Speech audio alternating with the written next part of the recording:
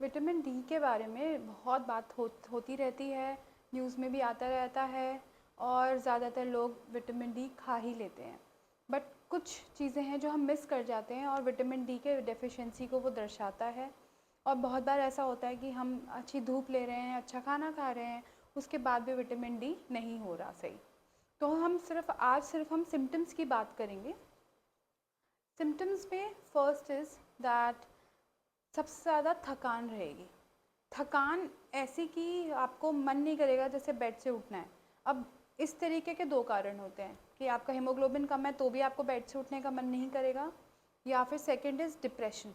अब डिप्रेशन एक अलग कैटेगरी है, बट हमने रिसर्च में पाया है कि 11% डिप्रेशन की टेंडेंसी पेशेंट में बढ़ जाती है अगर उसको विटामिन डी डेफिशिएंसी है। मूड स्विंग्स, लो मूड रहना, ये सारा मेंटल इफ़ेक्ट्स हैं विटामिन डी कम होने के बॉडी में। अब सेकंड आ जाइए कि आपका जो स्कैल्प, बहुत पसीना आता है और इस पसीने को कहते हैं हेड स्वेट्स। ये बहुत कम सुनने को मिलता है ये वाला सिम्टम, और इसका जो सबसे बड़ा कारण है वो है विटामिन डी डेफिशिएंसी। पूरे शरीर में पसीना आता है और फिर पसीना आ रहा है, it's okay, but you will feel कि आपके स्कैल्प पे बहुत पसीना आ रहा है, तो विटामिन डी टेस्टिंग ज़रूर करवाएं। उसके अलावा इम्यूनिटी कैसे जाती है कि बार बार या तो बेवजह बीमार पड़ना या ज़ुकाम खांसी ये सब होते रहना, तो इस वजह से भी इम्यूनिटी, विटामिन डी और इम्यूनिटी का आपस में लिंक है and it helps in your immunity. Zinc is also present for the immunity part, but vitamin D is also there. क्योंकि ज़्यादातर लोग ये सोचते हैं कि सिर्फ बोन्स पे ही फ़र्क पड़ता है विटामिन डी से। बोन्स पे नहीं, मूड पे भी फ़र्क पड़ता है और इम्यूनिटी पे भी फ़र्क पड़ता है और खाने पे भी फ़र्क पड़ता है, वेट गेन पे भी फ़र्क पड़ता है। जैसे जैसे वीडियो आगे बढ़ेगी आपको समझ आता जाएगा कि मैं वेट गेन से विटामिन डी को क्यों जोड़ रही हूँ। अभी डिप्रेशन तक बात करी हमने, अब इम्यूनिटी तक हमने बात करी। अब जो सबको पता है उसके बारे में एक डिस्कशन कर लेते हैं कि एक तो फ्रैक्चर्स होने की जो टेंडेंसी हमारे विटामिन डी की वजह से बढ़ जाती है। अब विटामिन डी है क्या? कैल्शियम की टैक्सी इज़ विटामिन डी। अब टैक्सी में कैल्शियम जो है पैसेंजर वो बैठ के जाता है। अगर टैक्सी ही नहीं है तो पैसेंजर मान लीजिए बॉडी में बहुत सारा भी है जिसको मैं कैल्शियम बता रही हूँ, वो बॉडी में वहीं का वहीं रहेगा, वो जा ही नहीं पाएगा जहाँ उसको पहुँचना है। इस केस में बोन्स में पहुँचना है, तो विटामिन डी का काम है एज अ कार या एज अ टैक्सी उस कैल्शियम को सही जगह पे पहुँचाना। और सही जगह कैल्शियम की क्या है? बोन्स। क्या ब्लड में घूमता हुआ कैल्शियम किसी भी चीज़ का काम का है? नहीं। सो vitamin D is the taxi of calcium, और विटामिन डी लेना बहुत ज़रूरी है अगर आप चाहते हैं कि कैल्शियम को आप यूटिलाइज़ करें। ये हुआ चौथा। अब कैल्शियम ढंग से अगर पहुंचा ही नहीं है तो ऑब्वियसली फ्रैक्चर्स होंगे ही होंगे, क्योंकि स्ट्रेंथनिंग ऑफ बोन्स नहीं हो पा रही है। पर एक पेक्यूलियर सिम्टम जो सारे विटामिन डी डेफिशिएंट पेशेंट्स बताते हैं वो है कि सीढ़ियाँ चढ़ने में और बेड से उठने में उनको बहुत हरारत महसूस होती है। बॉडी एक बहुत बताते हैं, नीज़ में पेन बताएंगे। अगर आर्थराइटिस नहीं है और नीज़ में पेन है और अपर बैक में अगर आपको पेन फील हो रहा है तो डेफिनेटली अपना विटामिन डी टेस्ट करवाएं। उसके अलावा और ऐसा क्या है कि हमें विटामिन डी से और चीज़ें जोड़नी चाहिए? विटामिन डी का क्या है कि वेट गेन से उसका क्या लिंक है, ये अब बात करते हैं।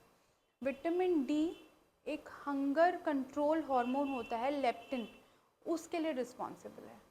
विटामिन डी डेफिशिएंट होगा तो हंगर कंट्रोल में दिक्कत आ सकती है। अब हमारी बॉडी को अगर ये ना पता चले कि उसे कितना खाना खाना है तो हम तो खाते जाएंगे, वेट गेन होता जाएगा, प्रॉब्लम्स होती जाएंगी। वेट गेन से obesity, diabetes, heart attacks, heart strokes, कुछ भी, मतलब आप वेट गेन से जो जो हो सकता है वो सब सोच सकते हैं।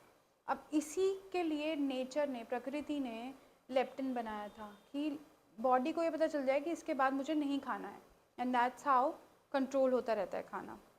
अब लेप्टिन को कंट्रोल करने के लिए vitamin D is very important. अब विटामिन डी तो डेफिशिएंट हो गया है तो लेप्टिन को सिग्नल्स नहीं मिल रहे हैं ढंग से कि खाना मैंने खा लिया है अब रुक जाना है, नहीं, वो it is we are still eating eating eating and that leads to weight gain. अब वेट गेन के दो कारण हैं, डिप्रेशन भी हो सकता है that your mood is not okay, and second is that leptin is not okay. तो दोनों चीज़ों को हम कंसिडर कर लेते हैं, और विटामिन डी टेस्टिंग इसलिए ज़रूरी है। अब आएंगे लेवल्स पे। 30 से नीचे कुछ भी विटामिन डी हम अच्छा नहीं मानते। 10 से नीचे विटामिन डी फ्रैक्चर्स का कारण मान लेते हैं। 30 से 50 का विटामिन डी बहुत अच्छा लेवल होता है।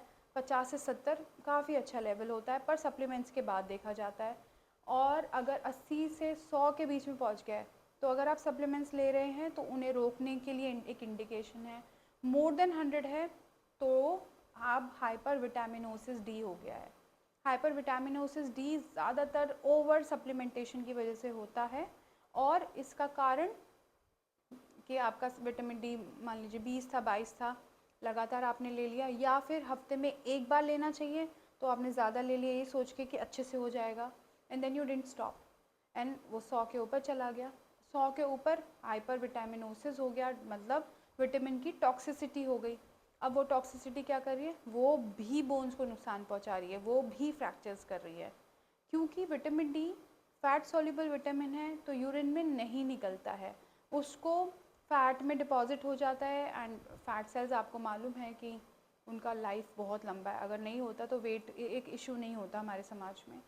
सो विटामिन डी गेट्स डिपॉजिटेड, और उस टॉक्सिसिटी को फिर अलग तरीके से टैकल किया जाता है। That's not the topic right now, but these are the symptoms of vitamin D deficiency. And अगर आपको है तो विटामिन D3 का टेस्ट करवाएं लैब में, और उसके बाद ही सप्लीमेंटेशन लें।